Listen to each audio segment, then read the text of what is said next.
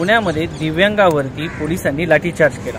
त्यानंतर पूर्णपणे देशात असो किंवा राज्यात असो संतापाची लाट पसरली। जे दिव्यांग आहेत त्यांच्यावरती हल्ला झाला, त्या दिव्यांगाने आज राज्याचे मुख्यमंत्री देवेंद्र फडणवीस यांची भेट घेतली। त्या संदर्भात आपण त्यांच्याकडून जाणून घेणार आहोत मुख्यमंत्र्यांनी नक्की त्यांना कोणते आश्वासन दिले आहेत। तो सीएम सर से जब हमारी बात हुई तो हमारी जो 14 डिमांड्स है उन्होंने उनके ऊपर गौर किया, हमने वो समझाया है उनको और उन्होंने बड़ी गौर से हमारी बात सुनी है और समझी है। उन्होंने खुद से ये कहा है कि ये जितने भी 14 हमारी डिमांड है इसके ऊपर काम किया जाएगा। कैबिनेट में ये सारी डिमांड्स हमारी आगे रखी जाएंगी और सारी जो डिपार्टमेंट के सेक्रेटरीज हैं उनको आदेश दिया जाएगा कि उसके ऊपर काम किया जाए। जो जीआर है उसका ड्राफ्ट बनाया जाएगा और वो फिर अप्रूव किया जाएगा। तो हमारी यही उम्मीद है कि ये जल्द से जल्द हो जाएगा और वो state level association of the deaf को पूरा सपोर्ट करेंगे।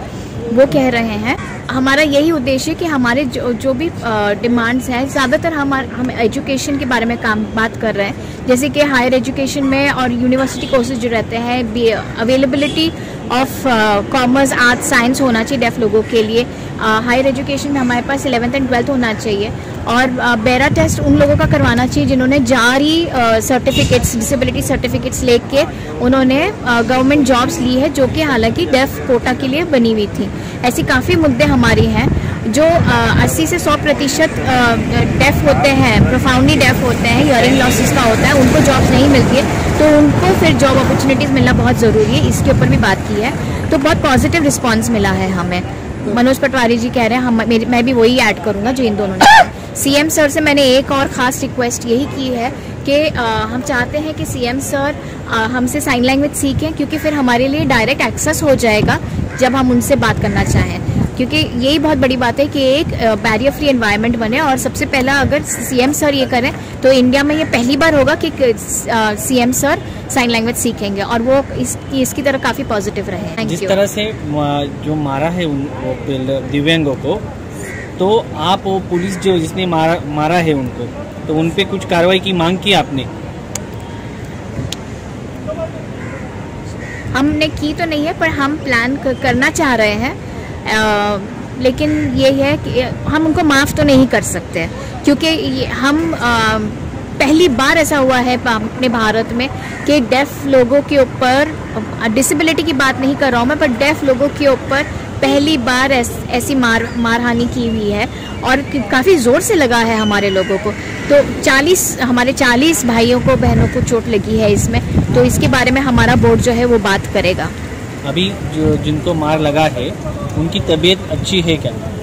नहीं, 2-3 जो है वो काफ़ी है।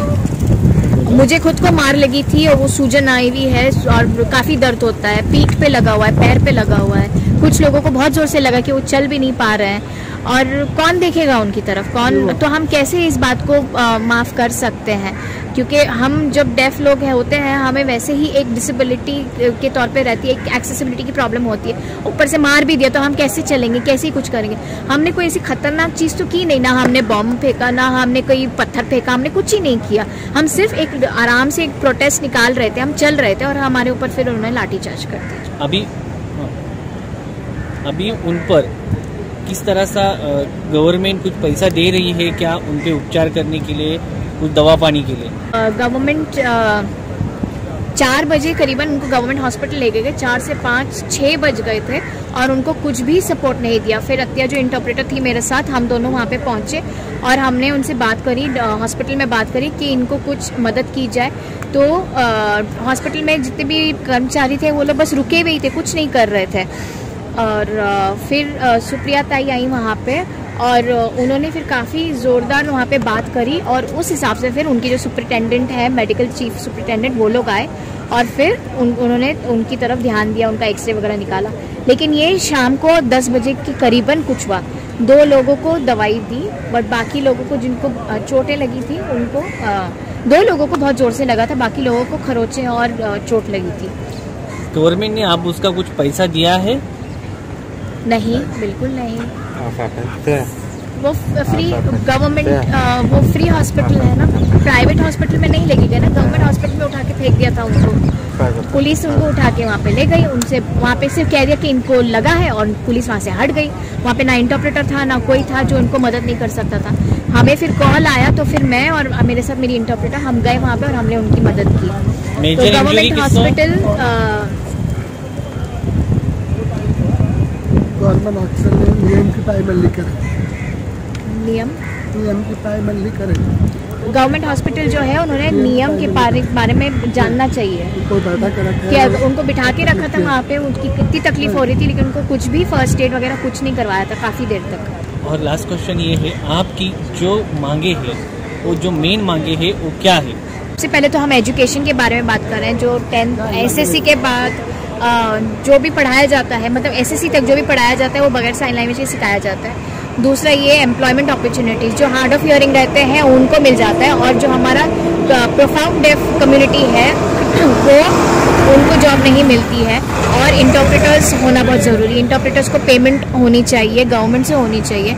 और जो जारी सर्टिफिकेट के ज़रिए से हमारी जॉब्स जो हमारे हक की थी वो ले चुके हैं, उसके ऊपर काम होना चाहिए।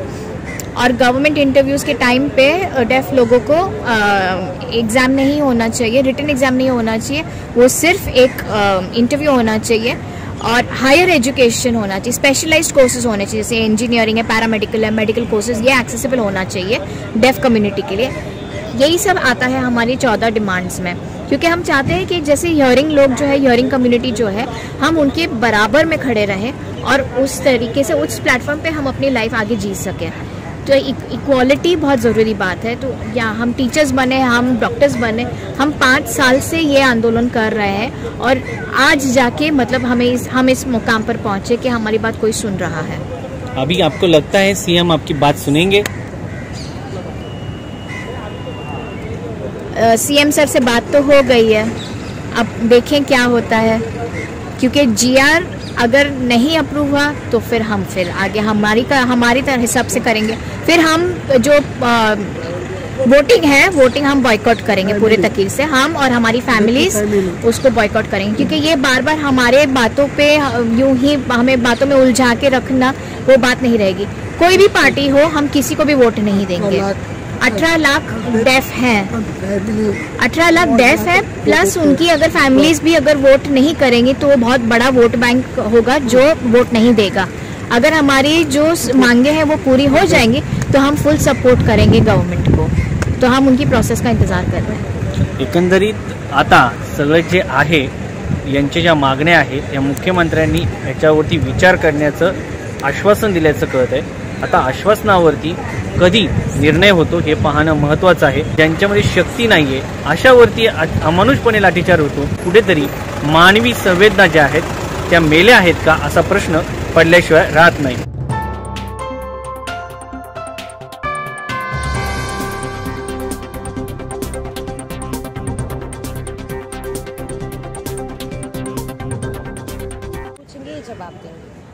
पुण्यामध्ये ज्या दिव्यांगावरती पोलिसांनी लाठीचार्ज केला त्या दिव्यांगांपैकी अनिकेत सेलगावकर आपल्यासोबत आहेत। एकंदरीत त्यांच्या काय मागण्या आहेत ते आपण त्यांच्याकडनं जाणून घेणार आहोत आणि त्यांची पूर्ण माहिती, एकंदरीत त्यांच्या काय समस्या आहेत आणि त्या समस्या घेऊन त्यांना आज मुख्यमंत्र्यांची भेट का घ्यावी लागली हे देखील जाणून घेणार आहोत।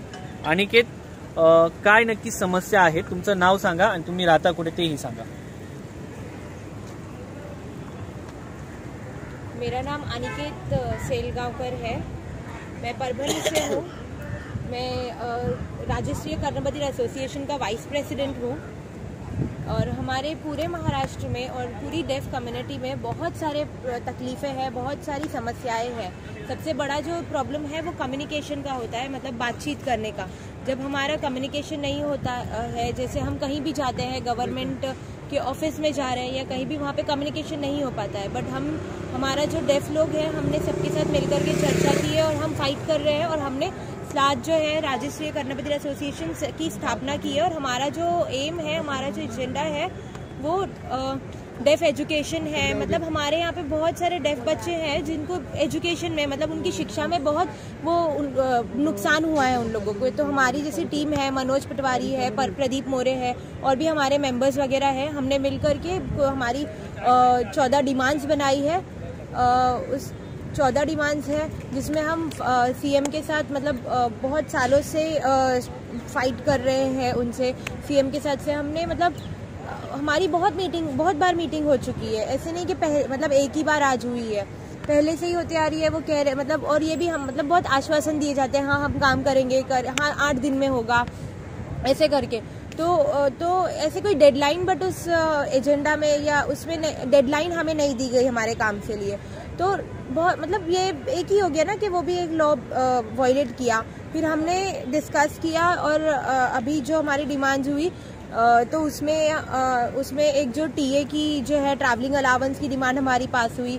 तो और उसके बाद बेरा टेस्ट जो, क्योंकि हमारा जो पहले जो ऑडियोलॉजी का जो टेस्ट होता था हियरिंग का, वो चेंज करके अभी हमने बेरा टेस्ट करवाया और उसमें जो है हमारा फिर हमें ड्राइविंग लाइसेंस की भी एक जो डिमांड है वो अप्रूव हुई है। और बट ऐसे हो गया कि महाराष्ट्र में सब किसी को ड्राइविंग लाइसेंस मिल रहा है, किसी को नहीं मिल रहा है। फिर यहाँ पे जो महाराष्ट्र में स्टेट लेवल का कोऑर्डिनेशन कमेटी बनी गई है डिसेबल लोगों के लिए, उसमें भी मेरा और मनोज का सिलेक्शन किया गया है। तो जैसे डिसेबिलिटी रिलेटेड कोई भी इश्यूज और प्रॉब्लम्स होते हैं और यहाँ पे मीटिंग्स होती है तो वो हमें बुलाते हैं। तो ऐसे ही बहुत सारे मुद्दे हैं जो बहुत ज़रूरी है। और जो बचे हुए जो मुद्दे हैं उसको लेकर के हमने फिर से वो पुणे में आंदोलन किया था और उसी को लेकर आज मीटिंग हुई हमारी। तो पुणे में भी बहुत सारे लोग आए थे। मतलब हम लोग ऐसे था कि हम 4-5 साल से लड़ रहे हैं और अभी इलेक्शन होने वाले हैं, फिर से गवर्नमेंट चेंज अगर हो गई तो फिर से हमें लेवल 0 पे आके काम करना पड़ेगा। तो बट इसलिए हमने वो आंदोलन निकाला और हमने बात की, हमने मीडिया में भी बताया और बहुत मतलब ये हमारा आंदोलन एक तरीके से कहेंगे कि पॉजिटिव हुआ हमारे लिए। जैसे हम चाहेंगे कि लाइक हमारी डेफ एक स्पेशल यूनिवर्सिटी बने डेफ लोगों के लिए, एजुकेशन उनको हायर एजुकेशन मिले ताकि हमारे जो डेफ लोग हैं वो भी गर्व से रह सके।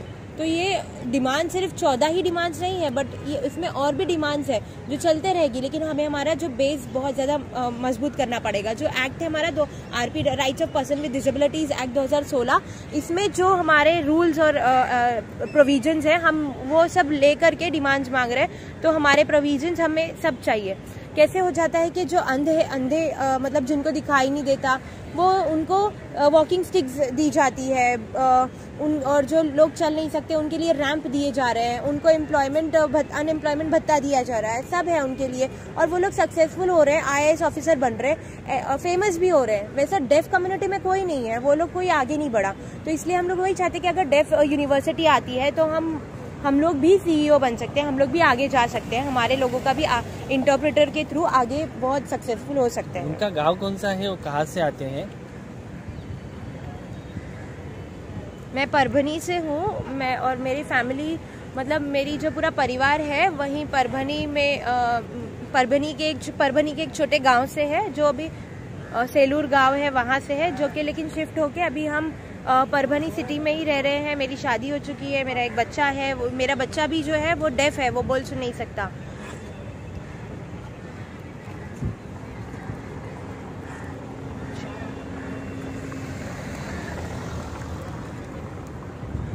और वो 8 साल का है, मेरा जो बच्चा है वो 8 साल। अभी स्कूल के लिए उसको फैसिलिटी है? वो स्कूल तो है, उसको स्कूल में डाला है हियरिंग स्कूल में, बट उसको वहाँ समझ में नहीं आता है। तो जब वो घर पे आता है तो मैं ही उसे सिखाता हूँ साइन लैंग्वेज में, मेरे मम्मी पापा है वो सिखाते हैं, फिर वो स्कूल में जाके सीखता है। इतना क्वालिटी एजुकेशन नहीं मिलता यहाँ पूरे महाराष्ट्र में, नहीं है। क्यों? क्योंकि हम लोग इसीलिए तो हम लोग फाइट कर रहे हैं कि ताकि हम एक अच्छा सा क्वालिटी एजुकेशन इंस्टीट्यूट हो जहाँ पे हमारे बच्चे अच्छे से पढ़ सके। बट अभी फिलहाल तो कुछ नहीं है, कहीं नहीं है। अच्छा, अभी आपकी अर्निंग कितनी है? आपके घर में कितने लोग हैं? आपके डिपेंड कितने लोग हैं अपने डिपेंड पे?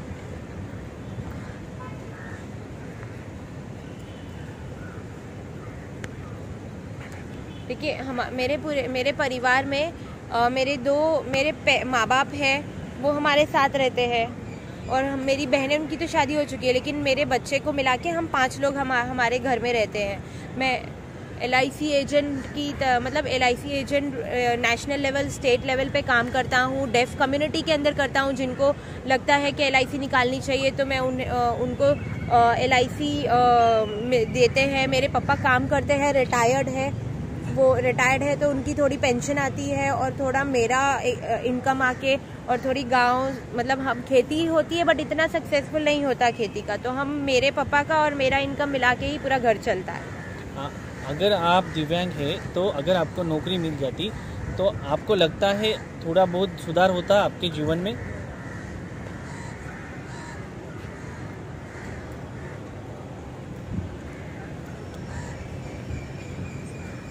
हाँ जी, ऐसा हो सकता कि अगर मेरे पास जॉब होता, एक अच्छा सा जॉब होता, तो मतलब मेरा तो एक है ही, मैं सिर्फ जॉब से सेटिस्फाई नहीं हूँ, मैं जॉब भी करता और मैं साथ में एक अपना ऑर्गेनाइजेशन चलाता, या जहाँ पे ना दूसरे लोगों और हमारी कम्युनिटी को भी फ़ायदा हो।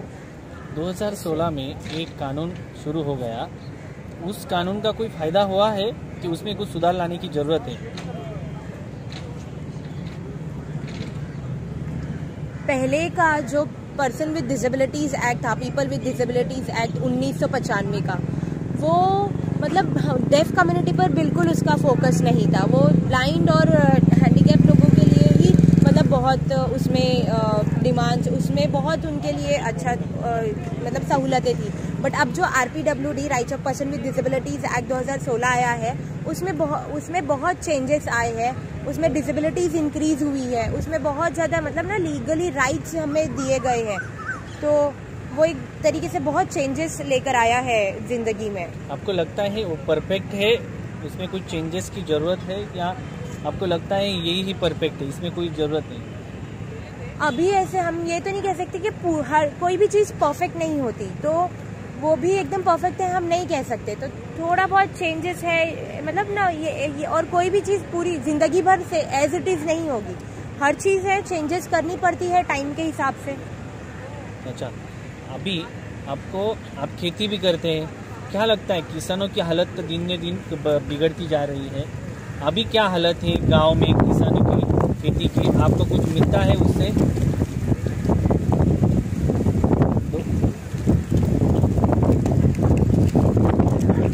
तो वो तो देखिए कैसा है कि वो मतलब ना एक किसानों का कैसे हो जाता है,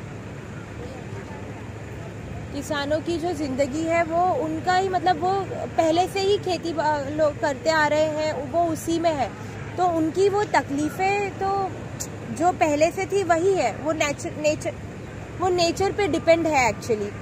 जो हम वो देखेंगे अगर जो खेती बाड़ी होती है वो नेचर पे डिपेंड है, मतलब बारिश होगी तो ही होगा, मतलब धूप कितनी आती है, और फिर लेकिन इस जो सिचुएशन पे ऐसे हो जाता है कि बारिश नहीं है तो सरकार को मदद करनी ज़रूरी है वहाँ पर, ये हम देखते ही आ रहे हैं पहले से। अभी सूखा पड़ा है गांव में, क्या हालत है गांव की? हाँ ऐसा ही है, बहुत जगह पे ऐसा ही है, बारिश मतलब कहीं बहुत वो लक है, मतलब बारिश आ गई तो अच्छा हो गया, बारिश नहीं आई तो फिर बहुत तकलीफ़ें हो जाती है। बट उन्हें मतलब जो भी है वो LIC निकाले और मतलब है ना लोन LIC वगैरह निकाले और जाके गवर्नमेंट से सपोर्ट मांगे तो हो सकता है। पहले तो बिल्कुल नहीं था गवर्नमेंट का सपोर्ट किसानों को, बट मोदी जी जब से आए हैं, प्राइम मिनिस्टर हमारे और CM सर वगैरह है, तो हो रहा है अभी थोड़ा थोड़ा, मतलब कुछ भी सेटिस्फाई नहीं है प्रॉपर, होता है थोड़ा बहुत वेरिएशंस है उसमें। अच्छा, लास्ट क्वेश्चन है, अभी किसानों की हालत दिन में दिन देखा जाए तो मैं जब वहाँ गया था परभनी में मैं जाके आया हूँ, हालत बहुत ख़राब है किसानों की। गांव में पानी पीने के लिए भी नहीं है और किसानों को जो उगाता है उसको भी दाम बराबर नहीं मिलते। तो आपको क्या लगता है इससे कुछ होगा या मुनाफा मिल जाएगा किसान को दिन में दिन? अगर देखा जाए तो पिछले साल देखे जाए तो हम किसान ही रहता है, उसमें कोई फर्क नहीं दिखाई देता। इसके बारे में आपको क्या कहेंगे? हाँ वही कह रहे हैं ना कि गांव में ये खेती जो लोग करते हैं किसान, वहाँ पे वो डिपेंड है उस चीज़ों के ऊपर।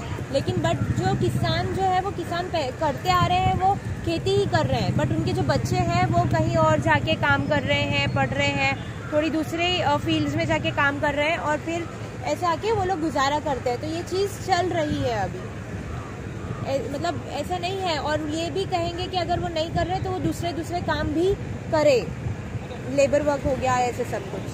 लेकिन लेबर वर्क करके उनकी जीवन में सुधार तो नहीं आ सकता ना, उनको एक वेल प्लान गवर्नमेंट को करना चाहिए, इसको लगता है आपको?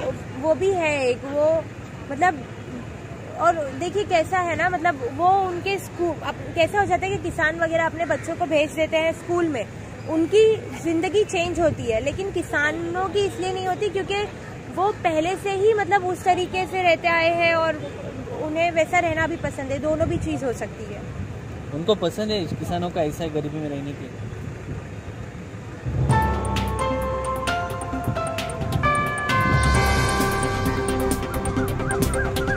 वो गरीबी नहीं कहेंगे, मतलब गरीबी का नहीं कहेंगे, मतलब उन्हें वो जो एनवायरनमेंट है, खेती बाड़ी का एनवायरनमेंट या वो जो गांव का एनवायरनमेंट है, वो उनको अच्छा लगता है क्योंकि वहाँ पे शांति होती है। वो प्रॉब्लम यही हो जाती है कि उनको पानी, नेचर पे डिपेंड होना लगता है और फिर जब वो खेती बाड़ी के ऊपर जब पानी नहीं होता है तो बहुत तकलीफें होती है। तो ये चीज़ों की बहुत प्रॉब्लम है, ये तकलीफें बहुत है। अच्छा, आपको क्या लगता है सीएम आपकी जो मांगे हैं वो पूरी करेगी? तो अभी जो हमारी सीएम सर के साथ डिस्कशन हुआ है उसमें तो बहुत पॉजिटिव तरीके से हमारा डिस्कशन हुआ है, हमारी डिमांड्स पर भी चर्चा हुई है। तो देखते हैं, अगर हो रहा है जीआर पास हो गया तो बहुत अच्छी बात है, और अगर इलेक्शन के पहले तक अगर हमारे जीआर पास नहीं हो रहे तो हमने डिसाइड किया है, हमने तय किया है कि पूरे महाराष्ट्र की डेफ कम्युनिटी जो है 18 लाख लोग हैं, उनके फैमिली है, तो हम मतलब हम वोट नहीं देंगे, कोई भी पार्टी को वोट नहीं देंगे। और अगर ये गवर्नमेंट हमें मदद करती है तो हम वोट देंगे, ज़रूर वोट देंगे, क्योंकि बचपन से मैंने तो बचपन से वोट मतलब कभी भी हमारे बचपन से भी मतलब गवर्नमेंट ने हमको देखा नहीं है। तो अभी बारी है, आप देखिए हम हमेशा वोट देते हैं, तो आपका फायदा हो रहा है, आप आगे बढ़ रहे हो, बट अभी हमारा फायदा नहीं हो रहा है ना, तो इसलिए हम वोट बायकॉट करेंगे। म्हणजे आम्ही मतदान करतो त्यामुळे तुमचा फायदा होतो, मात्र आता जर पुढच्या वेळेस आम्हाला जर मदत केली नाही तर भविष्यामध्ये आम्ही देखील तुम्हाला मदत करणार नाही, आणि आता नाही तर पुन्हा कधी नाही असा विचार या दिव्यांगाने केलेला आहे। आणि हे जे दिव्यांग आहेत या दिव्यांग आज मुख्यमंत्र्यांना भेटले आहेत आणि मुख्यमंत्र्यांनी यांना आश्वासन दिलं आहे। आता इतर आश्वासनाप्रमाणे मुख्यमंत्री हे आश्वासन देखील पाळतात का हे महत्त्वाचं आहे। आणि यांची परिस्थिती जर पाहिली तर ही खूप विचित्र आहे, म्हणजे विचित्र याच्यासाठी म्हणेल की आपल्या हातामध्ये ताकद असताना आपण आपला जे संसार आहे ते चालू शकत नाही, मात्र यांची परिस्थिती नसतानाही एक संसार, एक मुलगा, आई वडील यांची पूर्ण एक परिवार हे सांभाळू शकतात। यांच्या जीवनातून आपल्याला प्रेरणा देखील मिळते, मात्र त्या प्रेरणेला 2 पैशाचं जर बळ दिलं तर कुठेतरी आपण समानतेची वागणूक किंवा एक मानवतेसाठी एक पुढारपण राज्य असल्याचं दिसून येईल। तोटा इथेच थांबतोय, पाहत राहा मॅक्स महाराष्ट्र।